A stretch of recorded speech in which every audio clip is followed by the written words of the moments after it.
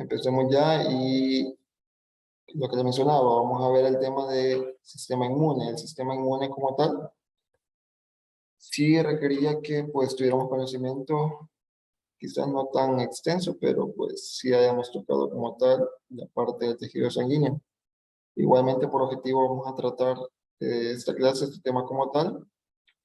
Para eso sí es importante que ustedes pongan totalmente atención y la mayoría de conceptos del contenido del propio libro sí es bastante extenso, así que realmente sí he tratado de que la clase sea bien general.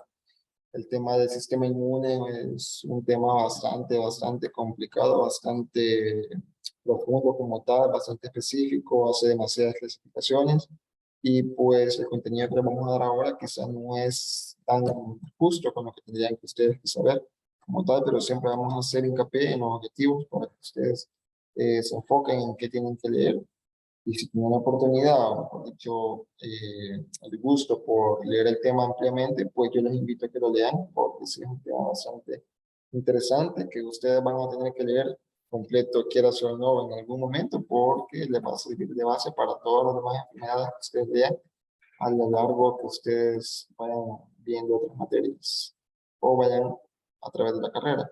El primer objetivo en esta clase es definir los siguientes términos. El primero de ellos, el antígeno. El antígeno, primeramente hay que definirlo, ¿verdad?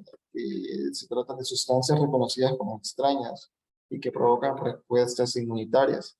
Es decir, que los antígenos son generadores de anticuerpos. Para que ustedes tengan una noción más exacta de qué es antígeno, pues, a modo de palabras vagas, quizás decir que es todo cuerpo extraño que no sea propiamente del cuerpo, o sea, que ya pertenezca al cuerpo como tal, todo eso va a ser un antígeno. Pero, ¿qué se requiere para que sea antígeno? Que genere anticuerpos. Entonces, con anticuerpos me refiero a que tiene que producir unas proteínas específicas que son estas, ¿verdad? Anticuerpos, el concepto propiamente es que son proteínas específicas sintetizadas y secretadas por las células plasmáticas. ¿Cuál es su función? Actúan para impedir la acción del antígeno. Esa es la gran función que tiene todo anticuerpo. Al anticuerpo, la otra manera de llamarlo es inmunoglobulina o abreviado IG. Esas son las dos formas de llamar a un anticuerpo o inmunoglobulina. Es importante que ustedes tengan en cuenta eso porque antígeno es totalmente lo contrario de anticuerpo. El antígeno es cualquier sustancia o cualquier microbio, cualquier agente extraño que conoce el cuerpo, que llegue al cuerpo como tal, y que el cuerpo lo reconozca como algo extraño, ¿verdad? Entonces, cuando el cuerpo lo reconoce como algo extraño, va a generar una defensa específica. A esa defensa específica que ha generado el cuerpo para el antígeno se llama anticuerpo. O sea, son las defensas. El anticuerpo son las defensas que el cuerpo crea en contra del antígeno para que ustedes tengan claro exactamente de estos dos conceptos, porque son bien opuestos uno al otro, y no lo vayan a confundir. Ustedes van a leer estas dos palabras bien seguido a partir de ahora en adelante, más que todo para ese tema y quizás seguramente para otros temas venideros. Entonces es importante que ustedes tengan bien adheridos a su conocimiento, que es un concepto con respecto al otro. Tercer concepto es la inmunidad, ¿verdad? O también llamada resistencia. El concepto que nos da el libro de texto es que es la capacidad de protegernos de los daños o enfermedades por medio de nuestra defensa, ¿verdad? La inmunidad es todo aquel mecanismo que nuestro cuerpo va a expresar para que el cuerpo se proteja como tal y no mantenga a raya, es decir, que mantenga a raya cualquier tipo de enfermedad que llegue a nuestro cuerpo. Entonces, toda defensa que el cuerpo vaya a poner como tal, a grandes rasgos, se llama inmunidad. Esa es la capacidad tal. Una forma específica que tiene el cuerpo de poner en práctica esta inmunidad son los anticuerpos, que un anticuerpo es una protección específica contra un antígeno específico. Hay otros términos acá, como por ejemplo la tolerancia inmunológica y por ejemplo la autoinmunidad. Esos son dos conceptos que no están bueno, no están directamente puntuales ahí en su libro de texto. Pero pues tolerancia inmunológica, tiene claro que tolerancia inmunológica, bueno, primeramente les mencioné que cada vez que llega un cuerpo o agente extraño externo al cuerpo, pues siempre se genera una respuesta inmunológica, ¿verdad? Siempre. Si usted es primera vez que se infecta de varicela, el cuerpo va a generar anticuerpos contra varicela para que usted tenga anticuerpos guardados por si en algún otro momento de su vida está expuesta a alguien que tenga varicela. Por eso es que no se pasa, ¿verdad? Así, quizás el ejemplo de varicela es un ejemplo puntual, pero así como con otras enfermedades, eso es lo que hace el cuerpo, memorizar prácticamente qué tipo de enfermedad ha tenido usted. ¿Cómo las memoriza? Por medio de diferentes tipos de células que vamos a ver más adelante. Pero la idea es que toda la inmunidad que usted genera es en contra de todo aquel agente extraño o agente que usted ha tenido en contacto por primera vez en la vida. Entonces siempre se va a generar una respuesta contra esa agente estresante, ¿verdad? Y tolerancia inmunológica prácticamente es cuando el cuerpo no realiza esa función. Llega un agente extraño al cuerpo y el cuerpo prácticamente no genera ningún tipo de respuesta inmunológica contra ese agente. A eso se va a conocer como tolerancia inmunológica, para que ustedes tengan a grandes rasgos de interpretar qué significa eso, ¿verdad? Pero tolerancia es realmente cuando el cuerpo no ha creado una respuesta específica contra ese elemento o contra ese agente estresor. Y la autoinmunidad, otro concepto que tampoco está ahí a pie de página, pero sí, igualmente la autoinmunidad hace correspondencia, que siempre es un concepto o una capacidad que el cuerpo tiene para generar anticuerpos o generar una defensa contra sustancias, contra proteínas o contra cualquier otro elemento propio de nuestro cuerpo, ¿verdad? Permítame.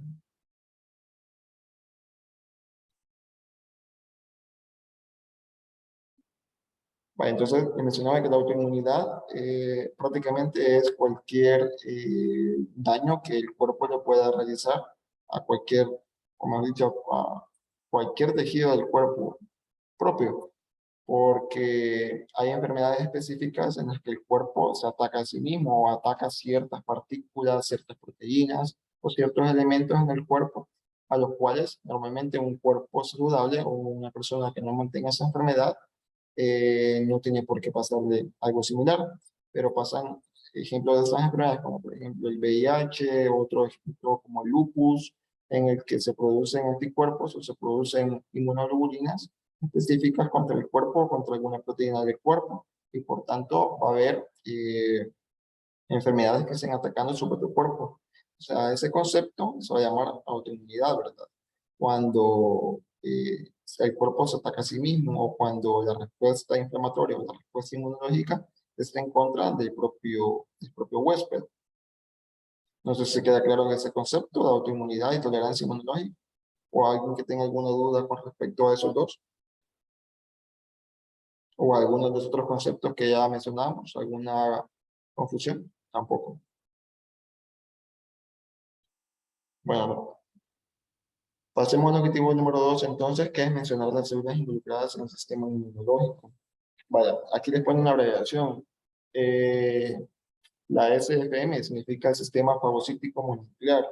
Cuando haces esta, esta correspondencia, hay que mencionar que pues, son células específicas que son encargadas de mantener a raya cualquier invasión de agentes extraños al cuerpo. Hay muchas más células de estas, pero son específicamente las que están acá escritas, las que se van a ver dentro de este sistema fagocítico mononuclear. Hay que tener claro que hay un proceso llamado fagocitosis en el que únicamente van a estar involucrados dos células principales, que son el neutrófilo y los macrófagos.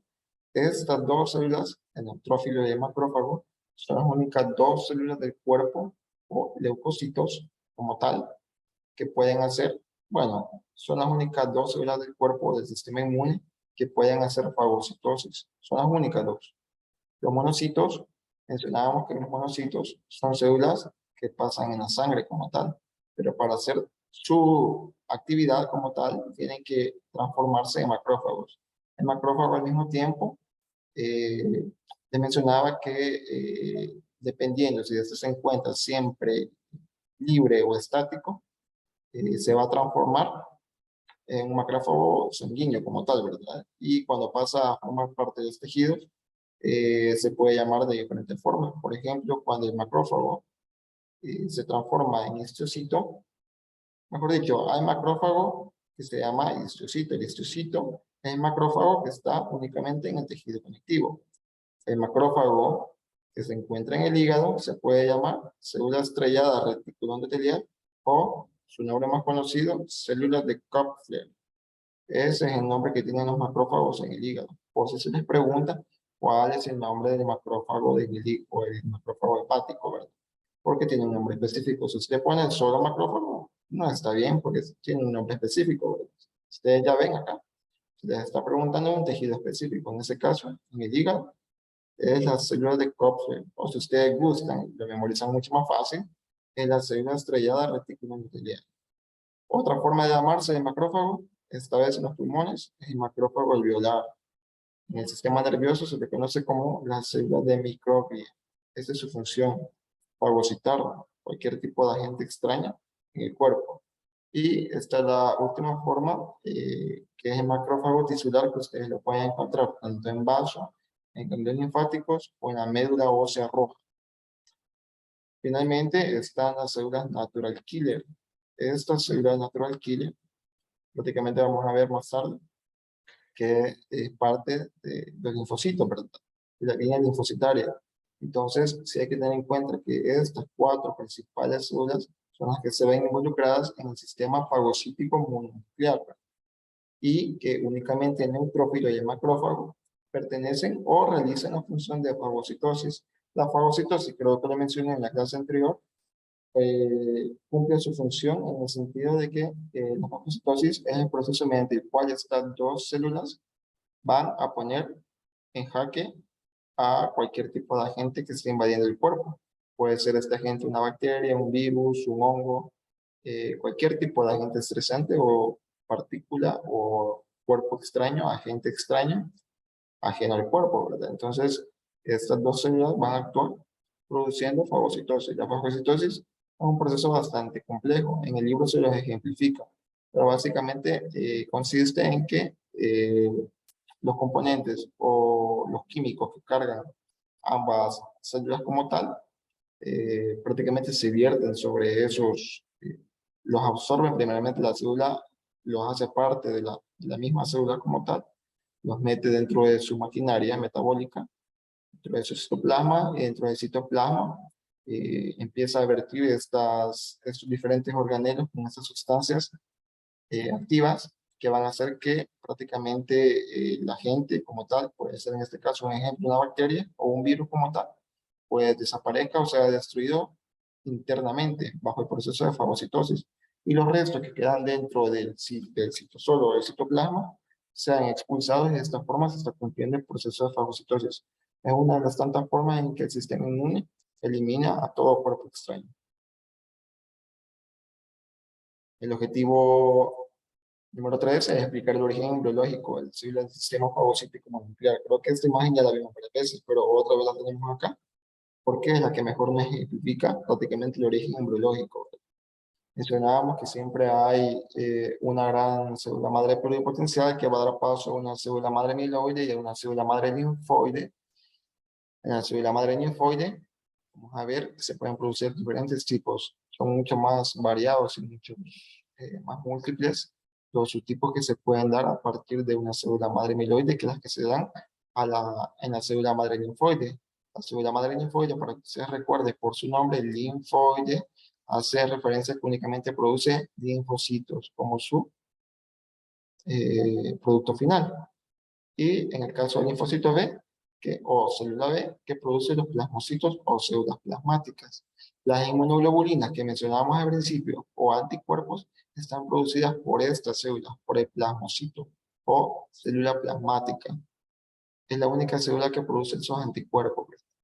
Entonces hay que recordar el origen embriológico de cada una de ellas. En este caso les pongo acá esta X porque no estamos hablando de la línea roja, no estamos hablando de la línea que da como producto final un eritrocito o glóbulo rojo, y tampoco estamos hablando de las células que dan como último paso las plaquetas, sino que estamos hablando la célula madre mieloide en el aspecto que dan paso tanto a los mastocitos como a, a todas las células mieloides, ¿verdad? Estamos hablando de los granulocitos y agranulocitos, en los cuales vamos a ver el eosinófilo, el basófilo, el neutrófilo, monocito que decimos que para que trabaje tiene que transformarse en macrófago en su forma funcional, y por otro lado la línea mieloide.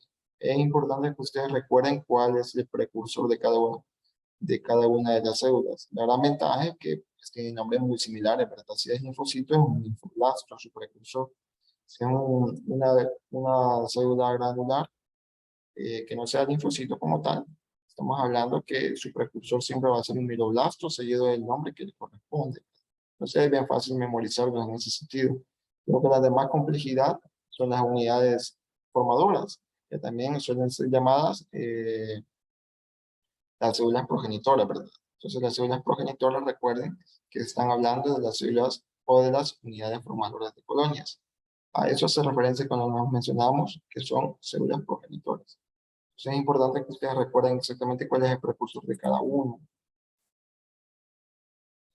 El objetivo 4 mencionaba los diferentes tipos de inmunoglobulinas. Pues para empezar, creo que este no es el objetivo de la clase, pero sí es importante que ustedes sepan una estructura molecular de la inmunoglobulina. Por eso tantas formas que ustedes ven acá. Eh, Revisen la página específica que les hace referencia acá en esta diapositiva, en el libro de texto, y ustedes van a ver que hace referencia a las configuraciones moleculares, ¿verdad? Pero eso es algo que no vamos a incluir acá porque no es el objetivo de la clase, pero para que ustedes sepan que porque tiene esa forma, porque desaparece Y, que aparece un copo de nieve. Entonces va a depender de la estructura molecular que ellas tengan, ¿verdad? Es por eso que al final tienen una estructura bastante desigual una sobre otra, y dependiendo también de la estructura molecular, también así van a ser sus propiedades físicas o sus propiedades químicas como tal, ¿verdad? Para que ustedes tengan en cuenta, o si les nace la duda de por qué esta y por qué aquella no puede hacer tal cosa, tiene mucho que ver con su estructura química o su estructura molecular, ¿verdad? Primeramente mencionar que la IgG, pues creo que sí es de recalcar que es la más abundante, la más numerosa de todas las que se encuentran en el cuerpo. Estamos hablando que prácticamente el 80% de ellas se encuentra abarcada por la IgG, ¿verdad? O inmunoglobulina G. Si usted quiere poner inmunoglobulina G, perfecto, pero si no, abreviada IgG está perfecto. También se llama anticuerpo, pero su forma específica de llamar son inmunoglobulinas, ¿sí? Porque ya es una estructura proteica que le hace mucha más referencia específica a su función. ¿Cuál es la gran característica de la IgG? Que es la única de todas las IgG que puede atravesar la placenta y por tanto transferir protección de la madre al feto a través de la placenta, ¿verdad? Entonces sí es importante que se destaque eso. La IgA, vamos a ver que está presente más que todas las mucosas y por tanto ustedes van a ver que está presente en la transpiración, en las lágrimas, en la saliva, en el mucus, en la leche materna, en las secreciones gastrointestinales, en la sangre, la linfa, todo eso. Todos son pequeños ejemplos en los cuales podemos encontrar ese tipo de IgA, pero para grandes rasgos recuerden que están en mucosas. Mencionaba que el porcentaje no va a ser ni por cerca a la IgG, sino que ya es la segunda que más cantidad tiene, representa un 10 a 15% más anticuerpos en la sangre. La IgM del 5 al 10%, vamos a encontrar en la linfa. Su estructura es la más, creo que diferente, o que suele haber grandes concordancias con respecto a su estructura molecular. Vamos a ver que también se encuentra presente en diferentes situaciones, ¿verdad? Que es importante que ustedes vean este cuadro y para que se den cuenta en qué situaciones específicas van a encontrar cada IG como tal. Vamos a ver también la IgD, que se encuentra en la superficie de la célula B, en esta forma de monómero como tal, ¿verdad? Ustedes ven aquí que la cantidad es bien ínfima, apenas el 0,2%, y creo que mucho menos cantidad en la IgE, que está en un 0,1%, que también van a estar ubicados en los procesos alérgicos. Por eso es que se van a ver tanto en mastocitos como en basófilos. La IgE está bien relacionada con los procesos alérgicos, ¿sí? La persona que tiene procesos alérgicos siempre se va a encontrar IgE elevada. Por eso mencionaba acá. Igual contra parásitos. Entonces estamos hablando que está relacionado con los mastocitos. Recuerden bien eso porque son características propias de cada uno. Es la más abundante y es la única que pasa la barrera placentaria. La IgE está presente en los procesos alérgicos. La IgM es la única que tiene esta forma pentamérica, ¿verdad? La IgA presente en mucosas. Entonces, sí es importante que ustedes tengan la característica, la función especial de cada uno, o incluso su configuración como tal, porque se les puede preguntar alguna función como tal.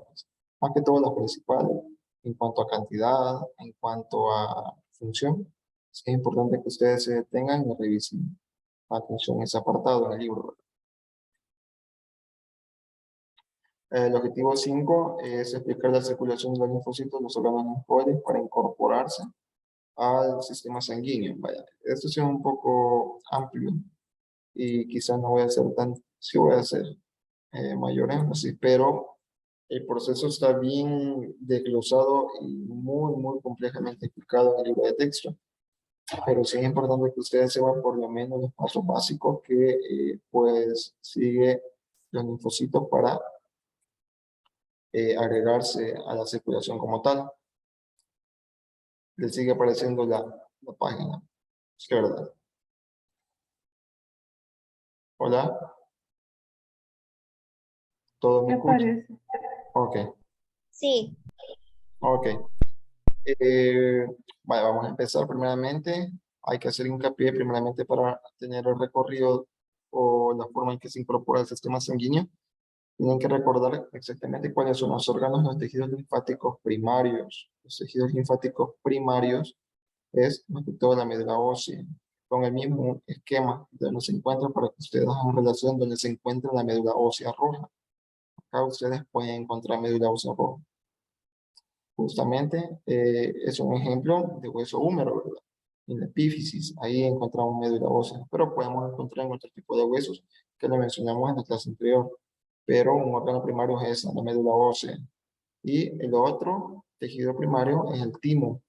El timo, prácticamente, esta es quizás una pieza anatómica que bien difícilmente la vamos a ver en los cadáveres, ¿verdad? Es bien difícil de conservarse como tal, pero en las personas, si se pudiese ver en vivo, puede diferenciarlo un poco del tejido adiposo porque adopta características similares a ese tejido como tal, ¿verdad? Pero desde que somos pequeños traemos timo como tal. Con el tiempo, el tipo de tejido más que todo que le rodea va cambiando.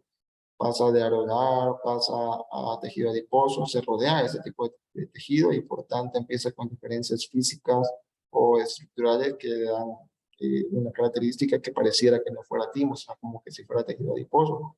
Pero realmente siempre se encuentran proporciones similares a como cuando nos encontramos cuando éramos pequeños.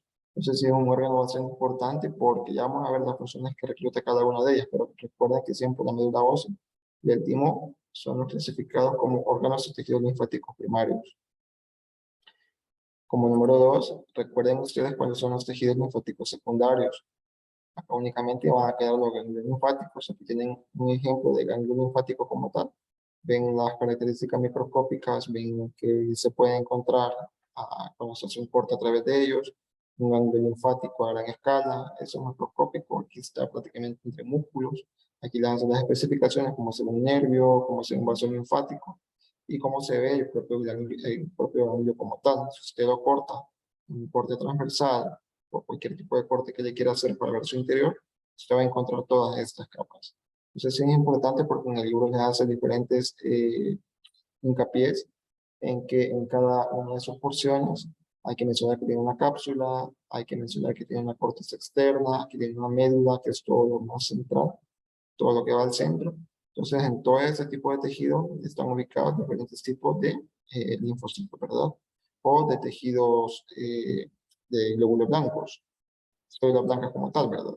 Entonces, es importante para que se tenga en cuenta que un órgano tejido linfático muy importante, pero secundario, es el ganglio linfático. Otro ejemplo de órgano linfático secundario, bueno, mencionaba acá el ganglio linfático como tal, y está el vaso. El vaso sí es bastante importante porque pues desarrolla diferentes funciones como tal. Vamos a ver un poco más adelante desarrollados cada uno de ellos. Otro,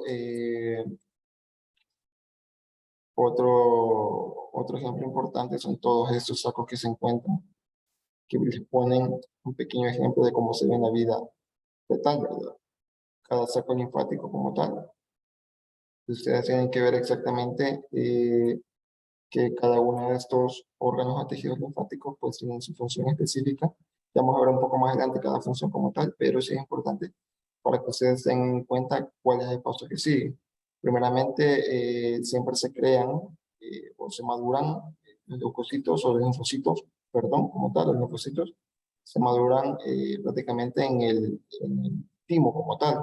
Y al final vienen a ser prácticamente guardados, no guardados en el sentido amplio de la palabra, pero sí se proporciona una estructura de transporte o de almacenaje en estructuras como el vaso o como por ejemplo ese tipo de sacos linfáticos que se encuentran en diferentes porciones del cuerpo.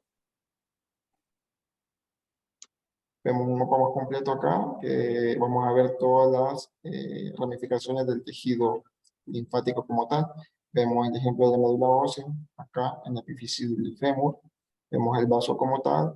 Vemos el conducto torácico, que es prácticamente el principal conducto que nos va a drenar la gran mayoría o mayor porcentaje del cuerpo como tal.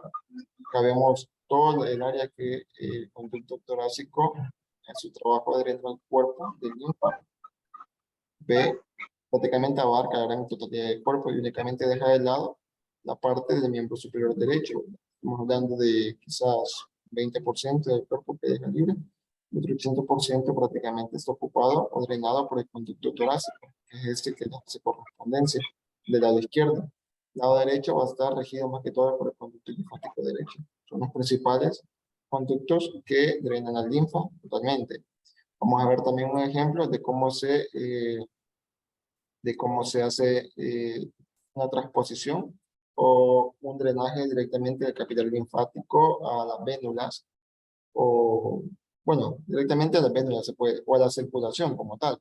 Aquí vamos a ver un ejemplo en el que vemos que se ha formado la arteriola, la vénula y la estructura que hace unión o el paso intermedio entre arteriola y vénula, que son los capilares, ¿verdad? Se pasa toda la sangre oxigenada, desoxigenada como tal. Y ustedes ven acá que el circuito de capilares linfáticos está prácticamente atravesándole, ¿verdad? Atravesando los capilares como tal y por tanto teniendo relación estrecha directamente con una circulación y otra. La imagen de abajo vamos a ver también que tenemos anatómicamente cómo se compone un endotelio, bueno, un capilar linfático como tal. Cuando hay situaciones en que la linfa se ha acumulado bastante entre las células, estamos hablando que se ha quedado como líquido intersticial entre cada una de estas células, es mucho más fácil que la linfa penetre como tal al capilar linfático, por la forma en que están dispuestas las células una encima de la otra. Entonces hacen una analogía o hacen un parecido a como cuando no sé si alguna vez han pasado a través de una puerta de esas de vaivén, como de esas que están en los ranchos, si no me equivoco. No sé si caen en cuenta de lo que les digo, es como de esas puertas que ustedes empujan y cuando ustedes han terminado de pasar, directamente retornan. Entonces, como que fuera una válvula como tal, ¿verdad? Entonces, están dispuestas prácticamente en esa configuración como tal, que únicamente cuando hay presión intersticial, todo el líquido que está acumulado acá en forma de linfa, pues se mete al capilar linfático. Una vez dentro del capilar linfático, esa misma disposición que tienen esas células como tal, una tras otra, hace que no se salga nuevamente. Entonces, únicamente están configuradas para que todo el líquido únicamente pueda entrar. Cuando llegamos al momento que hay enfermedades en que sobrepasan esa capacidad, pues es el único momento en el que se va a tener linfa por debajo, por fuera de ellos, ¿verdad? Pero sí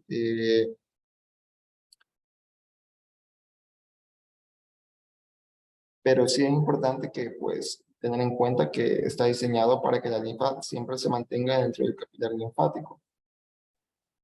Acá vemos un pequeño trayecto como tal, un pequeño ejemplo de cómo van dispuestas todos aquellos troncos que están ubicados más que todo en la parte abdominal, en el tronco abdominal del cuerpo como tal. Ahí vamos al trayecto como tal. Vamos a ver el principal conducto que va a llevar la gran parte del drenaje linfático, que es el conducto torácico en el lado izquierdo.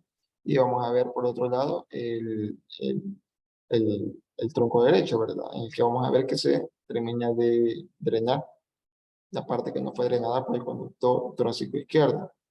Acá vemos que finalmente el trayecto se empieza a drenar desde la parte de abajo. Hay que mencionar también que el capilar linfático también tiene válvulas. Esas válvulas permiten que la linfa, como tal, no baje, únicamente que suba. Las válvulas igual tienen esa configuración como que si fuera puerta en vaivén. Entonces, al pasar a través de estas válvulas, pues se corrige que el líquido regrese de donde viene. Únicamente hace que la dirección sea continua y vaya a desembocar directamente entre las uniones de estas venas yugulares. Ustedes ven acá como los principales conductos vienen y se meten. Es en ese momento que toda la linfa se ha terminado de drenar directamente en la vena como tal. Y son venas principales que directamente van a llegar a tarde o temprano el corazón, pues. Pero sí hay que tener en cuenta el recorrido que cada uno puede llevar. Hay que mencionar siempre que el principal va a ser el conducto torácico, que es el que va a drenar la gran mayoría de porcentaje de linfa. Acá está un pequeño esquema en el cual nosotros vamos a ver cómo se muestra la relación entre el sistema linfático y el aparato cardiovascular.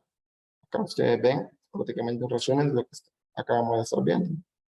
Vamos a ver el ciclo continuo, el ciclo arterial, en el que se expulsa toda la sangre oxigenada como tal, hacia su paso a capilar, bueno, primeramente de la arteria como tal, se convierte en porciones más inferiores en arteriolas, luego en capilares sanguíneos, finalmente en vénulas para dar paso a la formación de las venas mayores como las conocemos, ¿verdad? Entonces que a través de este proceso, ustedes ven que los vasos linfáticos como tal son los que van a drenar toda la linfa que se va acumulando. La linfa es rica en linfocitos como tal y por tanto es el producto que finalmente va a venir a desembocar, va a venir a formar parte de la circulación venosa, ¿verdad? Únicamente a través de esos sitios específicos anatómicos que mencionábamos, que están en las uniones de las venas yugulares, ¿verdad? De ambas venas yugulares. Es ahí donde se va a dar el intercambio, mejor dicho, el paso de la circulación linfática a la circulación sanguínea. El objetivo 6 mencionaba mencionar la histofisiología de los órganos linfoides, el linfonodo. El linfonodo son los mismos glándulas, no, perdón, glándulos linfáticos. También hay que mencionar la histofisiología del vaso y del timo. Empezamos con el timo, características anatómicas, físicas, que posee cápsula, corteza, médula, ya mencionábamos atrás, bueno, son las mismas fotos que está compuesta con una cápsula, por la corteza, la médula, que es la parte más central, y la corteza como tal está compuesta por un gran número de células T, o de linfocitos T. También hay células dendríticas, epiteliales, macrófagos, las células T inmaduras, o también llamadas células pre-T, migran desde la médula ósea hacia la corteza del timo, donde proliferan y comienzan a madurar. Estamos hablando que en el timo es donde las células T inmaduras van a empezar a madurar y por tanto continuar su ciclo de maduración, ¿verdad?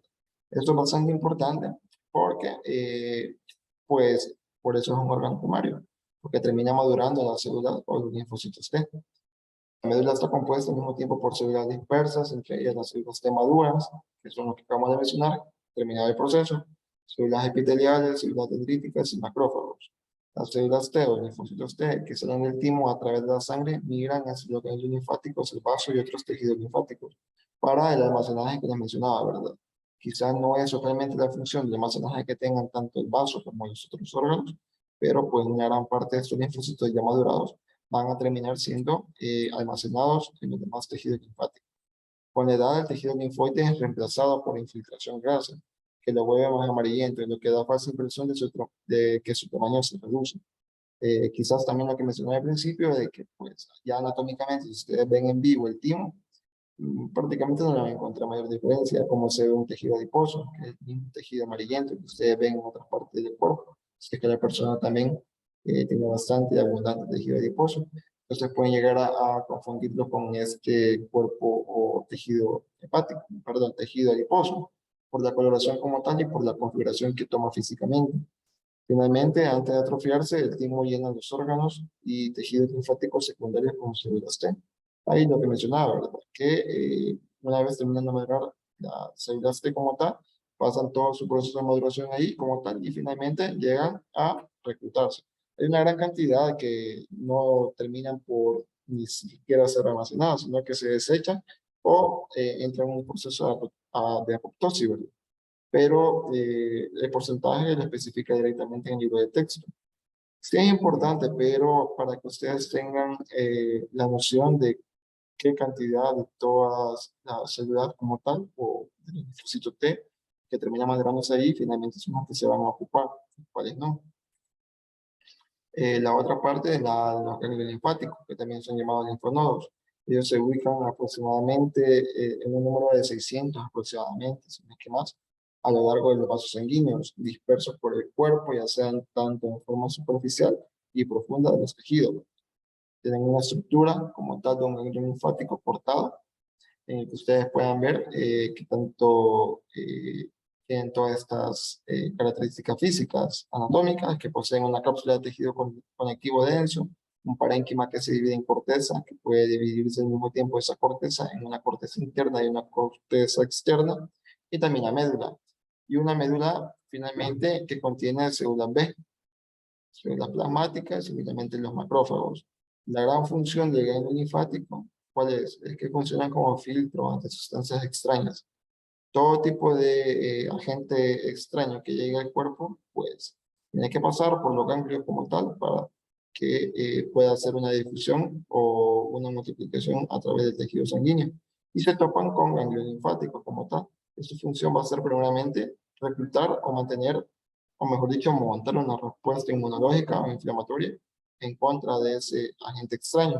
Es por eso que los ganglios linfáticos, si ustedes tienen la oportunidad, ustedes van a ver que los ganglios linfáticos prácticamente se hinchan como tal, cambian de tamaño, aumentan de tamaño al tener un proceso infeccioso. Puede tener ubicado ya sea a nivel axilar, a nivel de la ingle, a nivel torácico. Entonces hay bastantes lugares en el cuerpo que se terminan inflamando ante un proceso.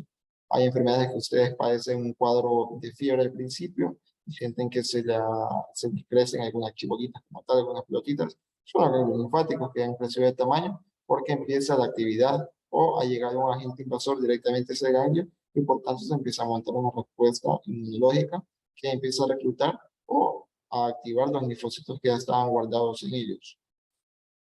El vaso finalmente es el otro tejido que nos hace falta. Primeramente es que por sí sola es la masa única de tejido linfático más grande del cuerpo. También está rodeado por una cápsula. Todo lo que tenga una cápsula es un órgano linfático. Por eso es que no todos los que se han mencionado acá son órganos linfáticos, sino que es tejido linfático también. Todos tienen tejido linfático, pero no todos son órganos, porque no tienen una cápsula. Todos los que tienen una cápsula son un órgano. Entonces, en este caso, está rodeado por una cápsula de tejido conectivo de denso y cubierto por una membrana serosa. O sea, está cubierto por una parte del peritoneo en el abdomen. El estroma está formado por la cápsula y las trabéculas, las fibras reticulares y los fibroblastos. El estroma, recordemos que es la parte de sostén y el parénquima es la parte funcional.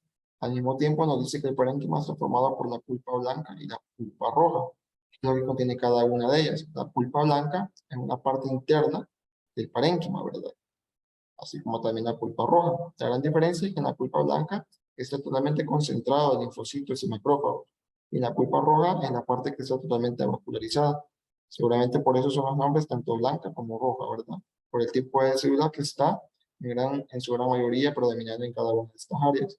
Dentro de la pulpa blanca, las células B y las células T o linfocitos T llevan a cabo la función inmunológica y los macrófagos están realizando la fagocitosis respectiva, ¿verdad? Si en caso algún tipo de agente extraño ha invadido en ese momento el vaso. Y finalmente el contenido de la pulpa roja, pues se dice que dentro de la pulpa como tal se están cumpliendo tres funciones principales, que seguramente son las más conocidas dentro del vaso. Por un lado, está realizando la eliminación de células sanguíneas y plaquetas por los macrófagos. O sea, hay macrófagos que están encargados de hacer un proceso directamente de eliminación de células sanguíneas y por tanto plaquetas, para eliminar todas aquellas plaquetas que están dañadas, que están mal formadas, que están mal producidas, que ya han utilizado su vida útil. También la otra de las funciones, la pulpa roja, que también almacena plaquetas, ¿verdad? Como parte de la función que acabamos de mencionar anteriormente, pero sí este es un proceso aparte. Hay un almacenamiento específico de plaquetas. Y finalmente mencionar que el vaso pues, nos sirve como un órgano hematopoyético únicamente durante la vida fetal. Por eso no es un órgano eh, primario. Es primario en la vida fetal porque colabora a que la hematopoiesis, mejor dicho, la producción de todas aquellas células que nosotros estamos viendo, a que todas las células rojas se estén produciendo en ese nivel de la vida, ¿verdad? Que es durante la vida fetal. Posterior a los primeros meses o primeros años de vida, el vaso deja de funcionar para esta función y pasa a de esta función directamente a la médula ósea, que es la que adopta la función hematopoyética. Acá vemos pequeñas estructuras o diagramas en los que vemos cada una de las partes que acabamos de mencionar. Creo que es un poco confuso al principio, pero realmente de centrarse y enfocarse exactamente en las piezas que acabamos de mencionar, porque son las piezas que mayor tienen o las que se escudan con las principales funciones que acabamos de mencionar, que vemos directamente el vaso en su estructura macroscópica, cómo está irrigada, cómo está prácticamente configurada y pues es fácil siempre mantener o asignarles una función específica a cada uno de sus órganos. Recuerden que cada uno de ellos cumple una función básica dentro del sistema inmune y pues es importante que ustedes sepan el contenido o qué paso como tal correspondiente realiza dentro del proceso de, de, de proceso de, de defensa del cuerpo o sistema inmune como tal. Igual que el tema anterior, si hay alguna duda como tal, no sé si hay algo que no quede claro de momento, quizás van a haber bastantes dudas como tal, pero sí es un tema bastante amplio. Voy a pedirles que si hay alguna duda, pues siempre sea revisada primeramente el libro de texto en las páginas que les había publicado directamente en la diapositiva para cada objetivo. Y si aún así sigue habiendo duda, pues yo siempre estoy dispuesto a ayudarles directamente con las dudas a la plataforma virtual. Lean y amplíen si ustedes quedaron con alguna duda específica o puntual de la diapositiva, porque el contenido es bien extenso. Entonces, al ser bien extenso, cuesta un poco traerlo todo a explicar en la diapositiva. Tecnología es un tema bastante complejo y ustedes van a ver que está presente en bastantes temas que más adelante van a ver. Pero sí es importante que por lo menos los principales conceptos se deben a partir de esta clase. Así que de momento no sé si hay preguntas, dudas, algo básico, alguna diferencia que no les quedara clara. ¿No? Por el momento creo que no. Ok. Bueno, entonces dejamos hasta acá y pues ya saben lo que les digo. Si hay alguna duda, pues ya nos pueden escribir directamente. Y si no, pues nos veríamos en las próximas clases. Las clases igual quedan grabadas por cualquier duda. Que tenga una pregunta. Bueno, ok. Bueno. Solo una pregunta, doctor. Hola. Solo una pregunta. Sí. ¿La asistencia la enviamos o aquí queda de una sola vez? ¿Quién? ¿La asistencia la enviamos o aquí queda ya grabada de una sola vez? No, la asistencia aquí yo tomo una foto al principio. No hay problema. Aquí yo tomo todas las personas que estuvieron presentes. Incluso se puede tomar todas las personas que están acá, pero igual, siempre que sea la medida de la cosa en vivo. Si no, pues queda grabado. Bueno, ha sido un gusto y pues nos vemos próximamente en las siguientes clases. Muchas gracias. Gracias. Gracias a todos. Feliz tarde. Gracias, doctor.